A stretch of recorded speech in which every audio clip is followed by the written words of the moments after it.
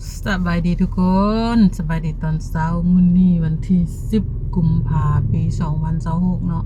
มื้อนี้เขาจะมาขี่รถแต่ไฟแดงตาลมีใส่เนาะแล้วจะมุ่งหน้าไปพลทันเบิ่งดูว่าสิใช้เวลาเท่าใดแล้วก็รถสิติดบ่แล้วเขาก็ไปเบิ่งรถ BR เส้นทาง BRT นำกันเนาะที่ว่าเพิ่นเปิดให้รถทั่วไปขี่ในเลนนั้นได้เนาะและไปเบิ่งการสัญจรแต่เช้าเนาะตอนนี้7 โมงปลาย8 นาทีเนาะเพราะว่าไปแต่เช้ามื้อนี้ลองเบิ่งว่าการสัญจรจะเป็นอะไรเนาะแต่ว่าถ้าว่าหากท้ายติดป้ายรถหรือว่าติดผู้ใดก็ขอโทษขออภัยเด้อบ่ได้ประจานหรือว่าบ่ได้เสียหายไปสิหยังเด้อเพียงแต่ว่าถ่ายวิดีโอตามทางซื่อๆเนาะอยากให้เข้าใจแบบนั้นเนาะถ้าว่าท่านหักผ่านมาเห็นวิดีโอนี้หรือว่าป้ายรถของท่านเนาะข้าพเจ้าบ่ได้มีเจตนาบ่ดีเด้อเพียงแต่ว่าถ่ายไปซื่อๆเนาะถ่ายไปเบิ่งถนนหนทางแล้วก็เบิ่งเส้นทางแต่ละแต่ไฟแดงตันมีไซหาพลทันเนาะจะเป็นจังไดไปนำกันเด้อทุกคน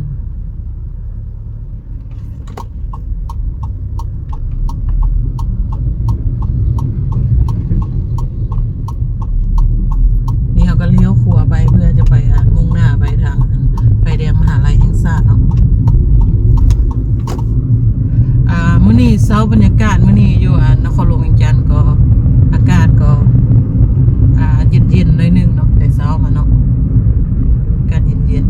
ๆกองสั่นเลยกองจากสั่นเลยเนาะ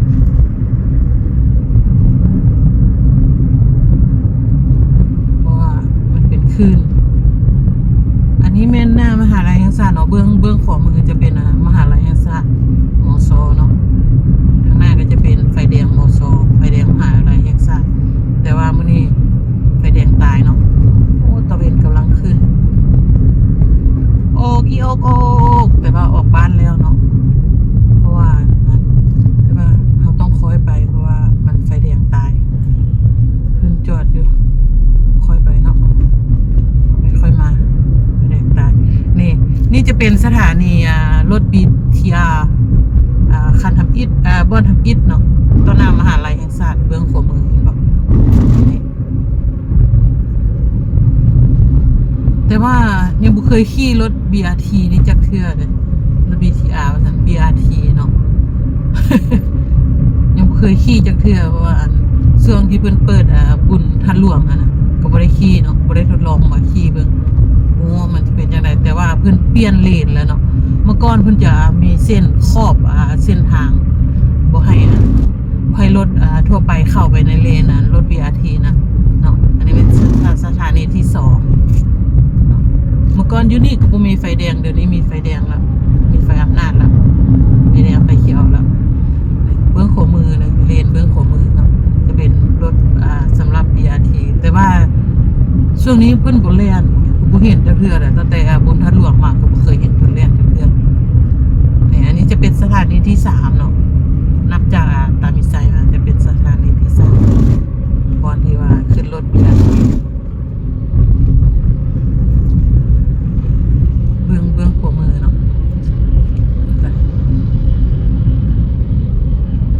เบื้องขวามือจะเป็นเลนรถ BRT เมื่อก่อนเพิ่นจะมีหินที่ว่ามาข้ามแต่หลายคนอาจจะเห็นเนาะหรือว่าบ่เห็นก็อาจจะบ่ได้ทันถ่ายให้เบิ่งเนาะเบื้องขวามือนะที่เป็นรถ BRT แล่นเนาะเพิ่นจะเอาดินบล็อกน้อยๆนะมาเรียนขั้นบ่ให้รถทั่วไปเข้าไปแต่ก็ยังมีรถทั่วไปเข้าไปเมื่อก่อนเนาะแล้วมันมักเกิดอุบัติเหตุแบบนี้นะอุบัติเหตุได้แล้วก็การสัญจรเฮ็ดให้ติดขัดว่าซั่นซะแบบโมงไปล้าไปกลางสินะแบบคนฟ้าวไปล้าไปกลางเนาะแย่ๆกันเข้าไปเฮ็ดให้รถติดก็มีปัญหาอันนี้จะเป็นไฟแดงที่ว่าเลขที่13ไตเนาะมุ่งหน้าไปทางหน้าหันเฮาก็จะมุ่งหน้าไปออกใส่ทาง450 ปี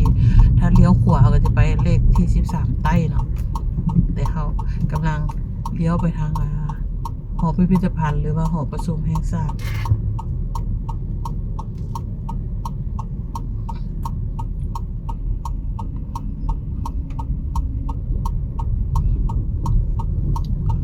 รถเขาจอดทางไฟแดงเราจะเลี้ยวมาทางนี้เนาะตอนนี้รถบุมีหลายเห็นป่ะถนนหนทางโล่งเลย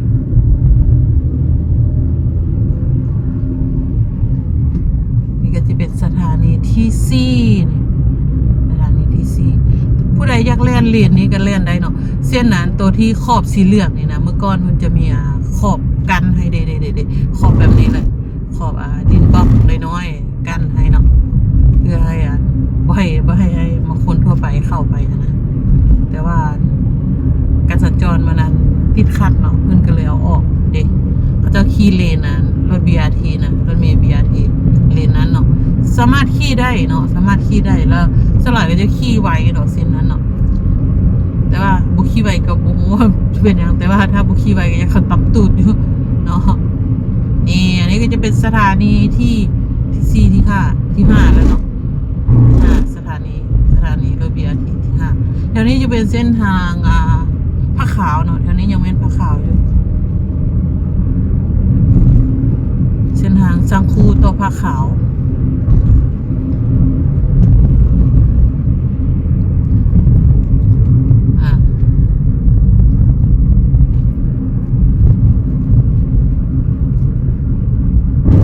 โอ้ยกองนี่ก็สั้นเนาะเพราะว่าทางเป็นคลื่นเนาะ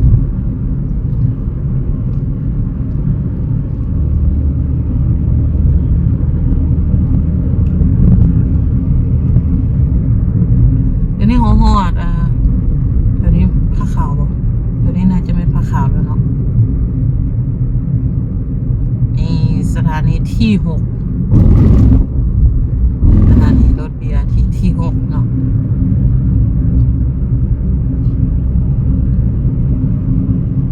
ตอนเช้าก็จะบ่รถหลายปานใดตอนนี้ประมาณ 7:15 นาทีเนาะ 7 โมงเช้า15 นาทีนี่ให้รถบ่หลายแถวเบื้องของมือก็จะเป็นวิวมอลเป็นร้านอาหารต่างๆนานาเนาะถนนหนทางถือว่าสะอาดดี เพราะว่า เขาจะอยู่แคมป์ทางเดี๋ยวนี้เพราะว่ามีห้างหลายเนาะมีโรงแรมมีร้านอาหารหลายนะเขาก็ต้องอนามัยรักษาขี้ฝุ่นขี้เอ่ยแต่ว่าถ้าบ้านเฮาเทียบใส่บ้านอื่นเมืองอื่นนะก็ครับก็บ่สะอาดเท่าบ้านเขาดอกแต่ว่าซำนี้ก็ถือว่าดีแล้วถ้าว่าเทียบใส่เขตนอกเนาะพวกบางบ่อนน่ะ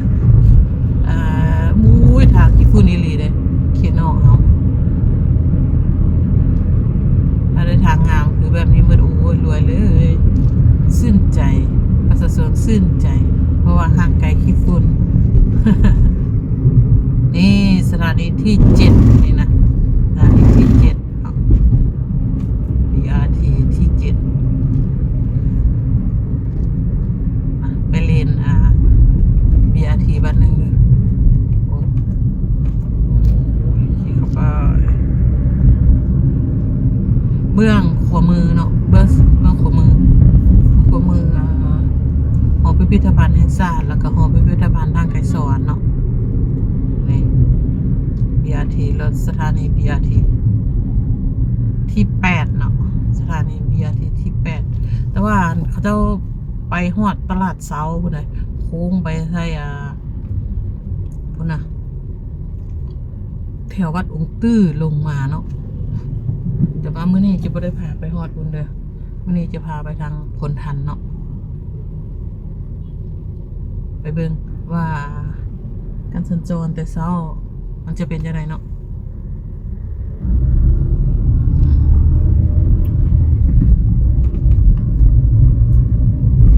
คันนี้ก็มาทางนี้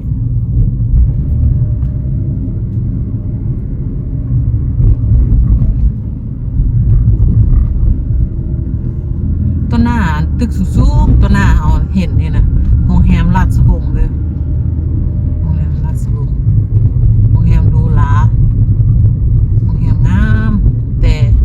ยขึ้นไปจากเทื่อเห็นแต่เพิ่นว่าโรงแรมงามโรงแรมราชวงศ์โรงแรมที่ตึกที่สูงในสปปลาวเลยนะตอนนี้ก็ว่าได้ตินี่คิดว่าน่าจะมีตึกที่สูงที่สุดในประเทศลาวณตอนนี้ตึกข้างหน้าเนาะโรงแรมราชวงศ์ถ้าเราจะปิ้นไปถ้าเราไปเบื้องขวามือเราจะออกไปใส่ศิวิไลเนาะแต่ถ้าเราจะไปทางซ้ายมือเราก็จะออกไปใส่ตลาดหนองเนียงเนาะอยู่หนองเนียงออกไปใส่หัวขัวออกไปใส่พูดมาน้อยเสียงดาเนาะแต่ถ้าเราไปทางเบื้องขวามือเราก็จะออกใส่ศิวิไลออกใส่คนต้องจอมณีคนต้องสว่างออกไปใส่ทางพม150เตียงก็ได้เนาะหรือว่าขึ้นไปทางคำฮู้คำเอ่ยออกเสดงโดกก็ได้เนาะเส้นทางลัดไปลัดมาใส่กันโอ้มื้อนี้ก็อากาศเย็นๆนะ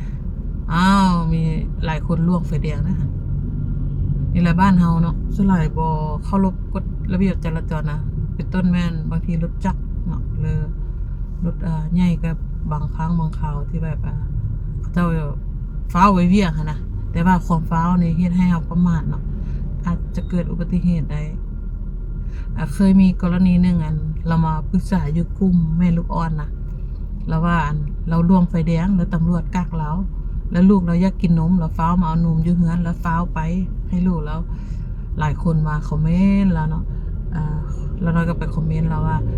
ถ้าไฟแดงประมาณ1 นาทีไฟแดงมันจะประมาณ1 นาทีเนาะถ้าไฟแดง1 นาทีแล้วจะไปแล้วปลอดภัยลูกจะก็ได้กินนมแต่ถ้าว่าจะล่วงไฟแดงไปถ้าเจ้าท่า1 นาทีบ่ได้ล่วงไฟแดงไปแล้วเกิดแนวที่บ่คาดคิดสิเนาะลูกก็บ่ได้กินนมเสียเวลาหาเงินเสียเวลาต่างๆนานาเสียทุกอย่างเลยเพียงเพราะว่า1 นาทีก็ท่าบ่ได้สินะบางคนนะแต่ว่า1 นาทีปลอดภัยก็ควรท่าได้ทุกคนการเคารพกฎระเบียบจราจรเฮ็ดให้เฮาเคารพผู้ใช้รถใช้ถนนตามท้องถนนนำได้เพราะว่าเฮาให้เกียรติเขาก็ให้เกียรติเฮาเนาะคือยกตัวอย่างเฮาขี่รถไปแล้วมีคนขอข้ามทางเฮาให้เขาข้ามก่อนสินะเขาก็ขอบใจนำเฮาที่เฮาให้ข้ามทางอ้าวคันนี้เสียงซ้ายขึ้นมา เสียงซ้ายขึ้นมาไปเลนเบื้องน่ะของเขาเลยค่ะโอ้รถนี้คือกันเป็นยังหลายคนเฝ้าไปการแต่ว่าตอนนี้ยังเช้าๆอยู่เนาะประมาณ7:22 นาทีเนาะตอนนี้เนาะนี่สถานีที่9เลยนะสถานีที่9แล้วเนาะสถานีที่9แล้วเดี๋ยวมีจักสถานีก็บ่แน่ใจลูกนี้ไปหา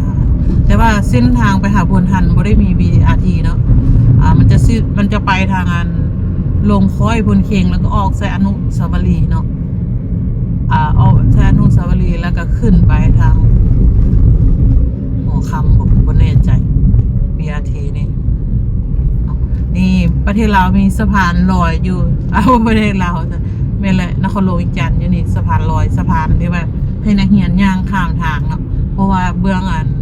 ซ้ายมือจะเป็นโรงเรียนลาวเวียดโรงเรียนมัธยมลาวเวียด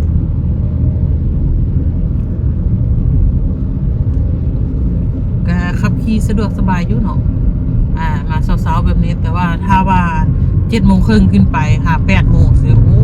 รถเกี่ยมติดหลายแล้วนะจากนั้นบ่หลายคนออกบ้านแล้วเด้7:30แล้วเกี่ยมออกบ้านหลายคนนะแต่ว่ามันมาแต่เช้าเนาะอันนี้สถานีที่10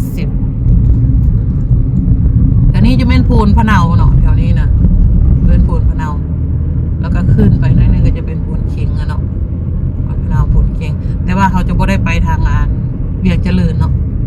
เขาจะไปทางโพนเค็ง อันนี้จะเป็นไฟแดงที่ว่าจะขึ้นไปทางโพนเค็งเนาะ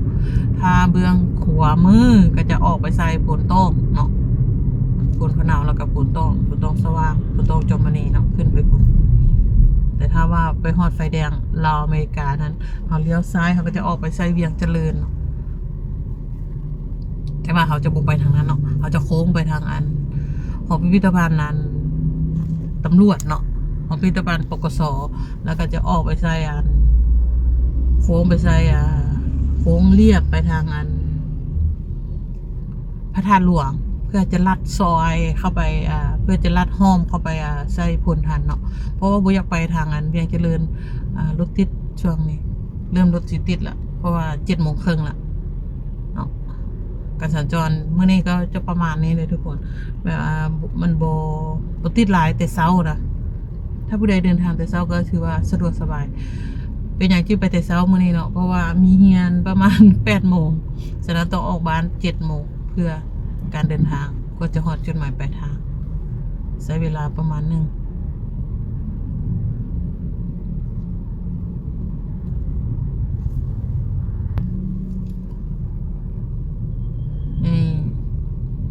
การขี่รถเส้นทาง BRT เพิ่นก็บ่ได้ห้ามเนาะเพิ่นก็บ่ได้ห้ามเพิ่นให้ขี่แต่ว่าเราก็ต้องขี่แบบด้วยความระมัดระวังนะ เพราะว่าเส้น BRT หลายคนแบบขี่เอาไว้เลยบางคนก็เกิดอุบัติเหตุแบบเร่งเต็มที่นะโอ้ยมาผิดเลนแล้วค่อยกะ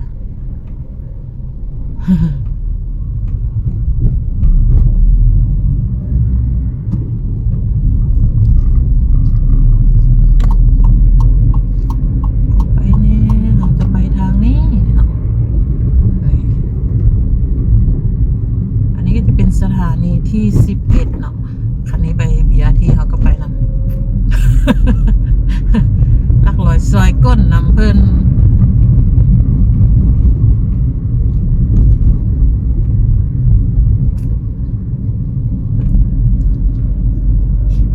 เพราะว่าเขาจะขี่เลนซื่อนี่ไปเลยเนาะ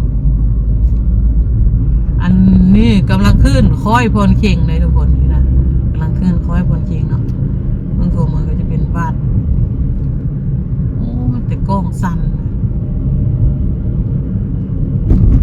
เพราะว่าซื้อขาตั้งกล้องใหม่เบื้องขวามือเนาะจะเป็นกระทรวงป้องกันประเทศเนาะจะเป็นค่ายทหารภูนเข่ง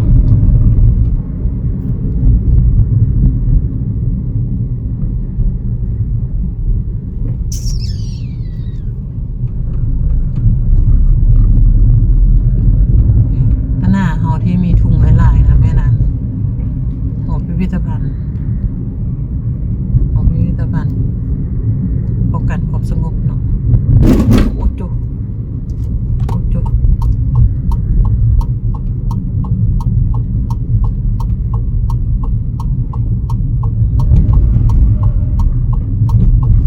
แล้วก็จะบนได้นำ BRT ไปเพราะว่าไปเส้นทางเบื้องขวามือจ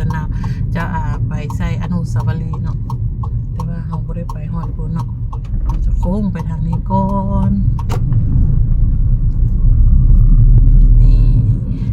เบื้องซ้ายมือจะเป็น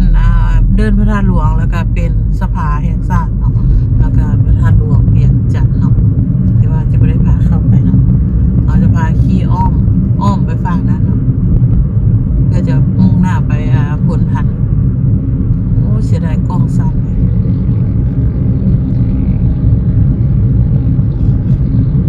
การสัญจรมื้อนี้ถือว่าโอเคอยู่เลยก็บ่ได้ใช้เวลาโดนเนาะลูกนั่นมานี่แต่ว่ายังบ่ ยังอีกเส้นหนึ่งเพื่อจะลัดไปใส่พลทันเนาะอันนี้ไฟแดงท่าหลวงเนาะนี่เนาะจะเป็นไฟแดงท่าหลวงถ้าเขาเลี้ยวเบื้องซ้ายมือก็จะออกไปใส่พระธาตุหลวงหรือออกใส่ตลาดหัวขัวถ้าเขาเลี้ยวเลี้ยวซ้ายจะไปพระธาตุหลวงหรือจะไปตลาดหัวขัวเนาะแต่ถ้าเขาเลี้ยวขวาก็จะออกไปใส่ประตูไซออกไปใส่อนุสาวรีย์ออกไปใส่ตลาดเซาเนาะอันนี้ไฟแดงท่าหลวงเด้อ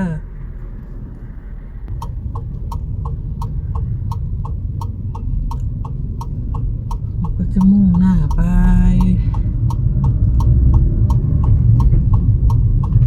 รถเริ่มหลายแล้วได้รู้นี่นะก็ใกล้โมงไปเพียงแล้วดิใกล้โมงหลายคนออกรถพร้อมเดียว7:30สิเนาะ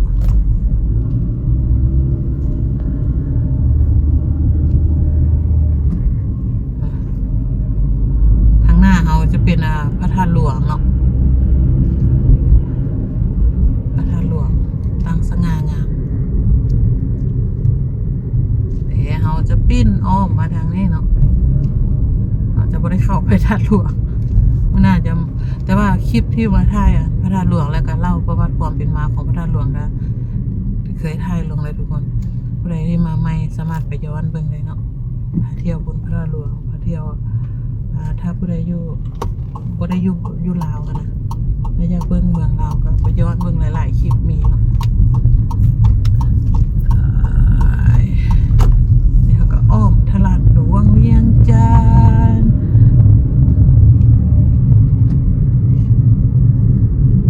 แป๊บเดียวนึงสิหมดเดือน2อีกละมื้อนี้วันที่10ละโอ้ยเดือน2แล้วก็เดือน3เดือน4แล้วก็สงกรานต์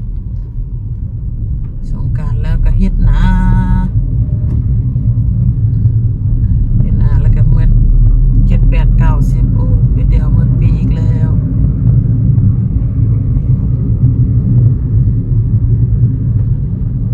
ประตูโค้งเบื้องซ้ายมือเนาะประตูโค้ง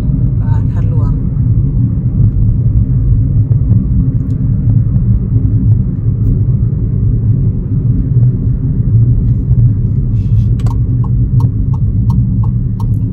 ก็จะขี่ลัดเลาะตามซอยนี่เนาะ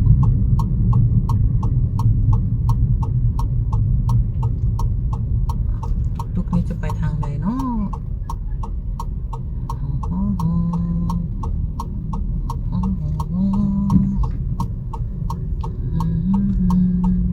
เราก็จะเข้านี่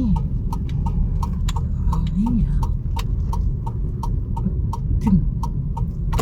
จะลัดไปใส่โพนทันเนาะหรือว่าเขาขี่ซื่อไปเมื่อกี้ก็จะออกไฟแดงอันก็ไฟแดงตลาดหัวขวาบอกเล่นเนาะไฟแดงทางนั้นแต่ว่าลัดไปใส่เช่นนั้นลัดใส่งานเจริญออกใส่ไอเต็กเนาะออกใส่ไฟแดงผลทันแล้วค่อยขี่ขึ้นมาก็ได้เนาะแต่บ่อยากไปทางนั้นเนาะก็รถหลายแต่อันนี้มันลัดห้อมนี่เนาะ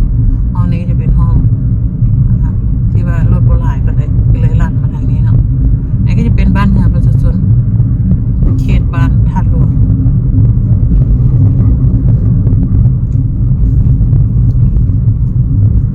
สลายทางห้อมที่แบบในเมืองนะเจ้าก็จะปูคอนกรีตหมดแล้วเลยถึงว่ารัฐบาลบ่ปูให้ก็ประชาชนเขาก็เก็บเงินกันเนาะแบบแต่ละห้องนะออกเงินกันหรือว่ารัฐบาลออกช่วย 50% ประชาชน50บ่หรือ50-70อย่างก็แล้วแต่เนาะการทอกเองนะหลายคนแบบห้อมน้อยๆหรือว่าห้อมที่แบบเพิ่นบ่ไปช่วยนะบ่ไปเฮ็ดเองเพราะอย่างขี้ฝุ่นเนาะขี้ฝุ่นหรือว่ายามฝนตกก็เปื้อนเฮ็ดให้เปื้อนทางเปื้อนเปเพง่ายก็เลยว่าส่วนหลายเฮ็ดห้อมเองเนาะ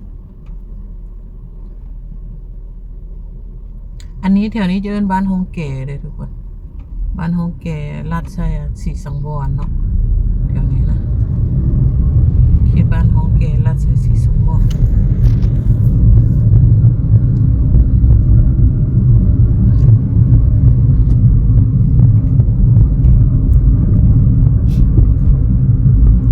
คนก็ใส่เส้นนี้เส้นลัดแล้วบางคนก็ลัดนี่ออกใส่เดี๋ยวหน้าซ่องหน้าใส่ก็ได้สินะเส้นนี้นะ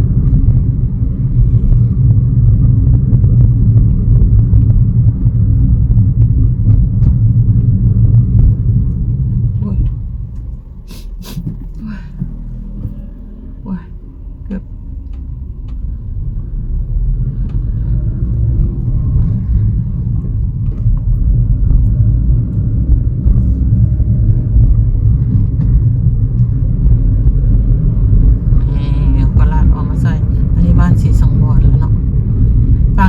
พวนทันแล้วทุกคนเห็นป่ะทางนี้พวนทันเนาะฝากมันจะมีคลองน้ำเนาะฝากฟังนี่ก็จะพวนทันแล้วเนาะฝากเบื้องนั้นก็จะเป็นสีสังวรบ้านห้องแก่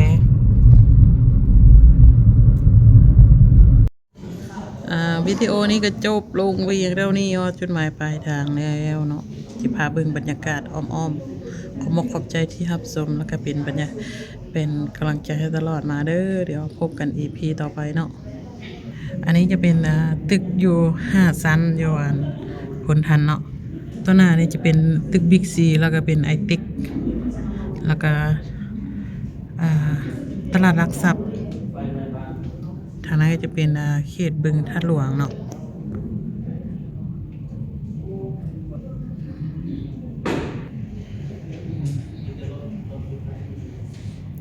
เขากำลังเดินทางไปเวียกไปงานเรื่อง